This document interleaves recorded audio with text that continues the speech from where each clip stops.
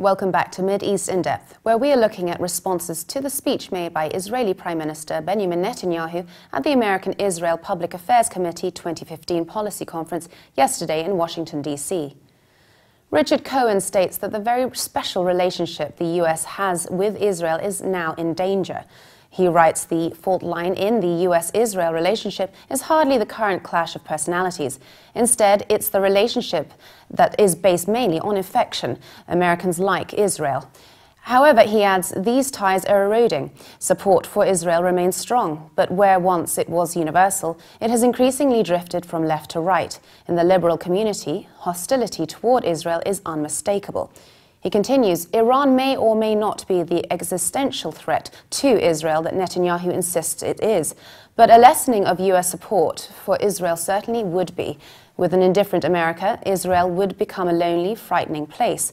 Its chief export would not be high-tech, but people looking out to get out, Jews once more on the go.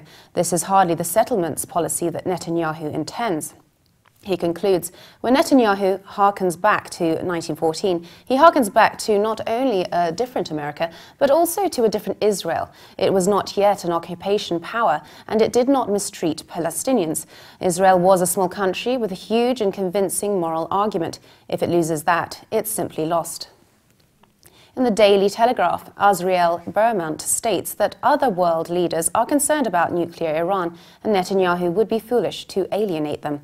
He explains, even if the Prime Minister is motivated solely by his concerns over Iran, he has succeeded only in diverting attention from Tehran, instead shining a spotlight on the crisis in relations between Israel and the Obama administration. He claims even if an agreement includes very tough verification measures to monitor potential Iranian violations, it may take many months to agree on what constitutes a violation.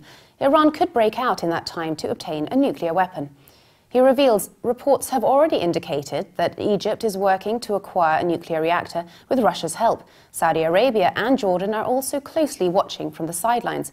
It is precisely for this reason that Saudi Arabia, the United Arab Emirates, Oman, Kuwait and Qatar have already purchased missile defense systems from the United States to deal with this potential danger. So Netanyahu is right to voice his alarm, but he is going about it completely in the wrong way. Surely other world leaders who share his concerns can step forward and convince the United States and its negotiating partners that even if Tehran's nuclear program is not dismantled, they should not agree to a deal that will offer Iran a breakout capability on a plate. For more updates, please visit levant.tv. And subscribe to Mideast In Depth on iTunes. Thanks for watching. Bye for now.